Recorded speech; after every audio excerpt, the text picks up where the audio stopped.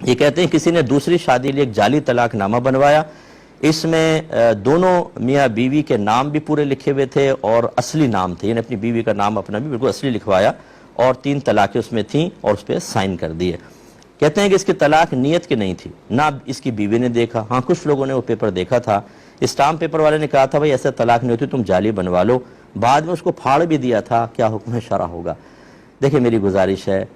مسائل جو ہیں اسٹامپ پیپر والے سے نہیں پوچھے جاتے، حرام حلال کے مسائل قصائی سے یا مچھلی والے سے نہیں پوچھے جائیں گے نا، پپو پان والا، ٹیٹا دودھ والا اور البیلا مونگ پھلی والا، ان سے نہیں پوچھے جاتے، علماء سے معلوم کیے جاتے ہیں۔ کورٹ میں اگر کیس لڑنا ہو تو مونگ پھلی والے سے جا کر کہیں گے آپ، ابا جان کو آپریشن کروانا ہو تو پپو پان والا کرے گا، اس سے مشورہ کریں گے آپ، یا ڈاکٹر سے کریں گے، سرجن سے کریں گے، بڑے وکلاء سے کریں گے۔ دین کے معاملے میں جو بول دے کر لیا۔ اب یاد رکھیے اچھی طریقے سے، چاہے مذاق کی نیت ہو، چاہے جعلی آپ نے بنوایا، جب کوئی الفاظ طلاق کے ادا کر دیتا ہے یا طلاق کے الفاظ لکھے ہوں، یعنی طلاق لکھی ہو بیوی کو اور اس سے سائن کر دے، فوراً طلاق پڑ جائے گی، چاہے آپ کی دینے کی نیت تھی یا نہیں تھی، آپ نے بیوی تک نہیں پہنچنے دی، پہلے پھاڑ دیا، اس میں گواہ تھے یا نہیں تھے، ہر صورت میں تینوں طلاقیں واقع ہو گئیں۔ اور میں گزارش کرتا ہوں اب اس اسٹامپ پیپر والے کو جا کے پکڑیں،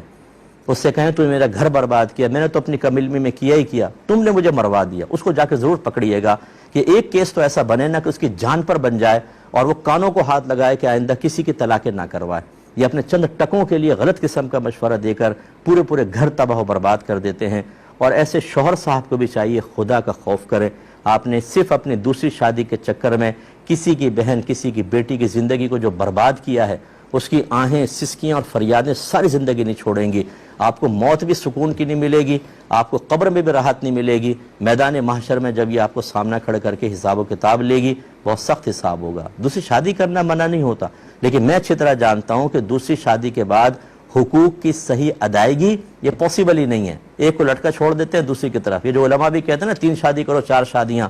اب میں ان کی پرسنل لائف میں تو داخل نہیں ہو سکتا، لیکن میرے اتنا تجربہ ضرور ہے، نہ بچوں پہ توجہ ہوتی ہے نہ بیویوں کے اوپر ہوتی ہے۔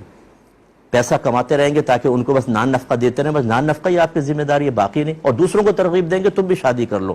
وہ بھی اپنا سر کے بال پورے ختم کروا لے، یہ بالکل صحیح طریقہ نہیں ہوتا۔ سوچ سمجھ کے معاملات کرنے چاہیے۔ سحری ٹائم میں رمضان کے اندر ہمارا ایک شادی کے موضوع پر ایک پروگرام ہوا تھا، جس میں 2 پروگرام کے تھے، خدا را یوٹیوب کے اوپر دیکھ لیجئے گا۔ اور اب یہ والی صورتحال کہ پہلی کو طلاق ہی لکھ دی، اب وہ بیچاری کیا کرے گی، حلالہ کے بغیر آپ اس سے نکاح کر نہیں سکتے، بہت بری صورتحال ہے، اللہ تعالیٰ ہدایت عطا فرمائے۔ تو بہرحال شرعی مسئلہ یہ ہے کہ تینوں طلاقیں واقع ہو گئیں۔